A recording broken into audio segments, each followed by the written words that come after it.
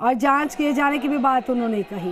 इसके अलावा अभी वहां पर अगर स्थिति की बात की जाए, माहौल की बात की जाए, तस्वीरों के जरिए दिखा सकते हैं आप।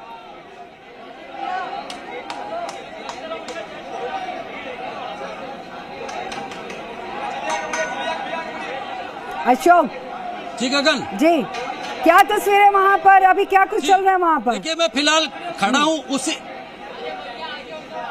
उसी स्थान पे खड़ा हूँ जहाँ पे ये वारदात हुई थी। मैं कैमरामैन से कहना चाहूंगा ये वो गेट है जहां पर यह वारदात हुई थी। करीबन सुबह 5-5:30 बजे की घटना है और ये गेट कुछ समय के लिए बंद कर दिया जाता है, जिसके चलते ये जो गेट बंद होने पर ये जो साइड में रास्ता दिख रहा है और आप देख रहे हैं, मैं दिखाना चाहूंगा कि इस तरह से लोगों की भीड़ यहाँ पर श्रद्धालुओं की आकर के इकट्ठा हो जाती है। और जैसे ही ये गेट खुलता है, गेट खुलते ही पहले आने के चक्कर के अंदर अचानक से ये भीड़ चलती है और भीड़ चलने के कारण भगदड़ मचती है और भगदड़ मचने के कारण इस हादसे में 3 जनों की मौत हो जाती है। सबसे बड़ी बात और है कि इतना बड़ा हादसा हो गया, कलेक्टर यहाँ पर 3 से 3.5 घंटे लेट पहुंचे हैं और उनका कहना, ये देखिए इस तरीके से जिस तरीके से आ रहे हैं, ये सुबह और भी आलम तेज होता है यहाँ से श्रद्धालु आने का, और जब ये इस तरीके से चल करके भाग के आते हैं और भगदड़ में ही ये इस तरीके की वारदात हुई।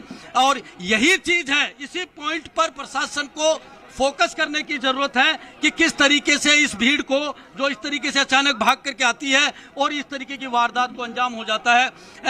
कलेक्टर और प्रशासन का ये कहना है कि यहाँ पे किसी तरीके की कोई भगदड़ नहीं हुई, सरासर जिस तरीके की बात को गुमराह करने की कोशिश की जा रही है, क्योंकि 3 श्रद्धालुओं की मौत अपने आप में बहुत बड़ी घटना है, जिसको इस तरीके से कह के कि घटना नहीं हुई है, कोई भगदड़ नहीं हुई है।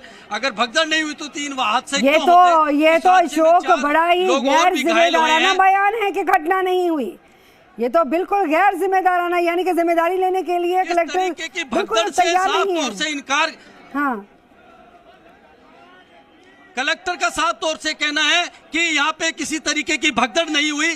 खुद वो वहां से घटना होने के 3-3.5-4 घंटे बाद में यहाँ पहुंचते हैं, तो कहीं ना कहीं घोर लापरवाही प्रशासन की ओर से भी आती है कि इसको छोटे से हल्के में लिया जाता है और उसके बाद में मीडिया को यह बयान दिया जाता है कि कोई भगदड़ नहीं हुई। अगर अभी भी यही एटीट्यूड रहा कलेक्टर साहब का, अभी भी अगर ऐसा ही एटीट्यूड रहा, तो मंदिर में तो आप दिखा रहे हैं श्रद्धालु अभी भी वहां पर मौजूद है, तो ऐसा एटीट्यूड तो और ज्यादा खतरनाक है आने वाले वक्त के लिए।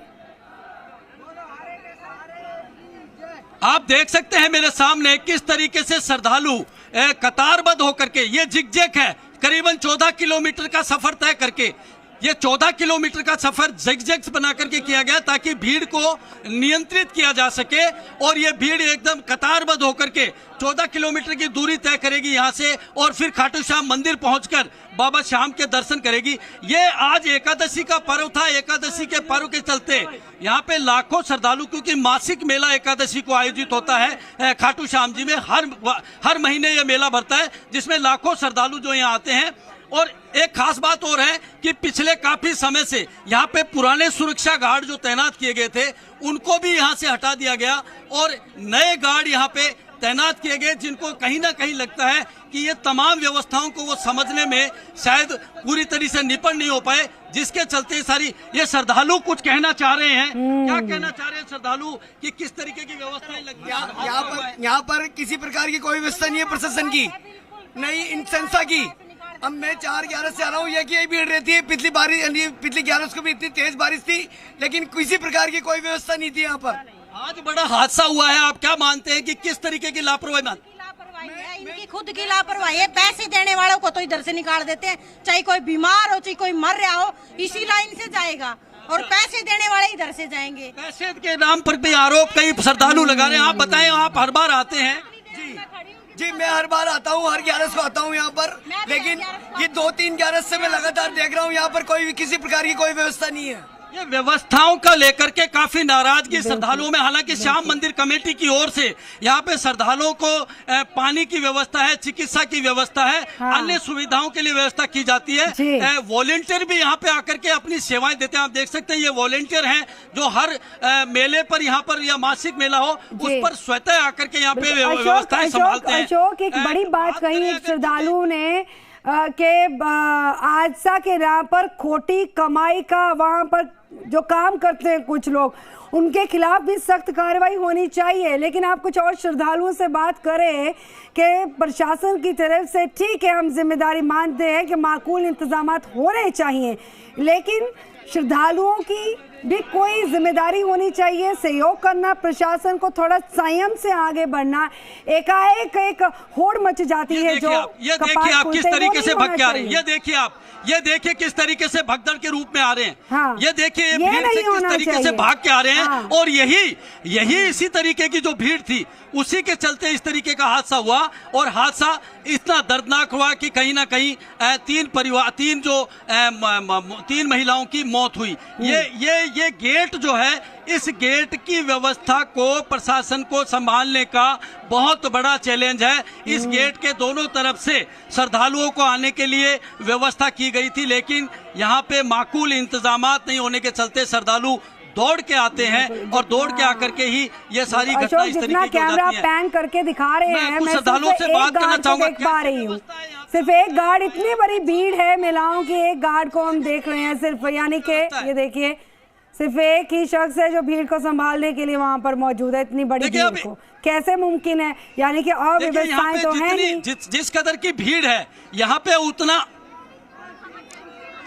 जिस कदर से यहाँ पे भीड़ आती है, यहाँ पे सबसे ज्यादा फोर्स लगाने की जरूरत है, गार्ड लगाने की जरूरत है, पुलिस लगाने की जरूरत है। और लेकिन यहीं पर मात्र आप देख सकते हैं सामने, उसके पास में 2 पुलिसकर्मी तैनात हैं और इसके अलावा सारी व्यवस्था राम भरोसे है। और इसी के चलते ये मैं श्रद्धालुओं से बात करना चाहूँगा, किस तरीके से मानते हैं आप ये व्यवस्था है? बहुत बेकार व्यवस्था है। श्याम बाबा की सबसे ज्यादा दान आता है यहाँ पर, और फिर भी इतनी व्यवस्था नहीं यहाँ पर। अच्छा। इनको व्यवस्था करनी चाहिए, पुलिस की प्रोटेक्शन देना चाहिए सबको। आज सुबह भी 3 जनों की मौत हो गई यहाँ पर, और अभी पिछले 11 को 5 बच्चों की मौत, और वो खो गए थे वहाँ से। ये लोगों का कहना है, साफ तौर से नाराजगी जाहिर कर रहे हैं कि यहाँ पे सुरक्षा कर्मियों के पुख्ता इंतजामात होने चाहिए। हमारे साथ और श्रद्धालु कोई अपनी बात कहना चाह रहे हैं, क्या मानते हैं सर व्यवस्थाओं को लेकर?